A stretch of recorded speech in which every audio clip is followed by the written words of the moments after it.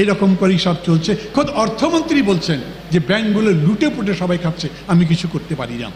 তারপরেও ওনারা বলেন আমরা উন্নয়নের মহাসড়ক দিয়ে এগিয়ে যাচ্ছি। হ্যাঁ, এগিয়ে তারা যাচ্ছেন। তাদের কিছু কিছু লোকজন যারা আগে সবাই বাসে চড়তো, সাইকেলে চড়তো, এক একজন দেখেছেন না কিছুদিন আগে ছাত্রনেতা একজন হেলিকপ্টার নিয়ে কোথায় প্রোগ্রাম করতে গেছেন, মাত্র মিথ্যাচারী করে চলছেন।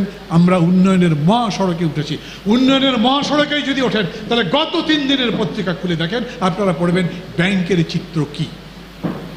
সরকারি প্রায় সমস্ত ব্যাংক লোকসান দিচ্ছে।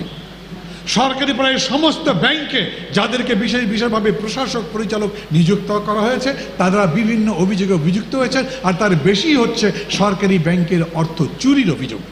সরকারের ন্যায়সঙ্গত দাবির সপক্ষে আন্দোলনে রাজপথেই থাকব। কোনো মামলা,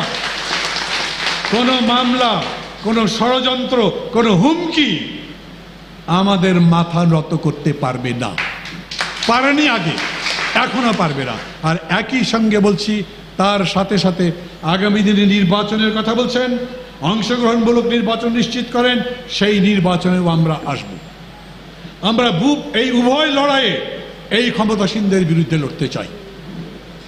আমরা রাজপথের লড়াই যেমন করতে চাই, একইভাবে যেই নির্বাচনের মাধ্যমে নির্বাচনকে ভ্রান্ত করে, নির্বাচনে ভণ্ডামি করে তারা ক্ষমতা দখল করেছেন, সেই নির্বাচনের চ্যালেঞ্জ করে সেখানে সত্যিকার জনগণের অধিকার প্রতিষ্ঠা করবার জন্যেও আমরা আপনাদের সামনে হাজির হতে চাই।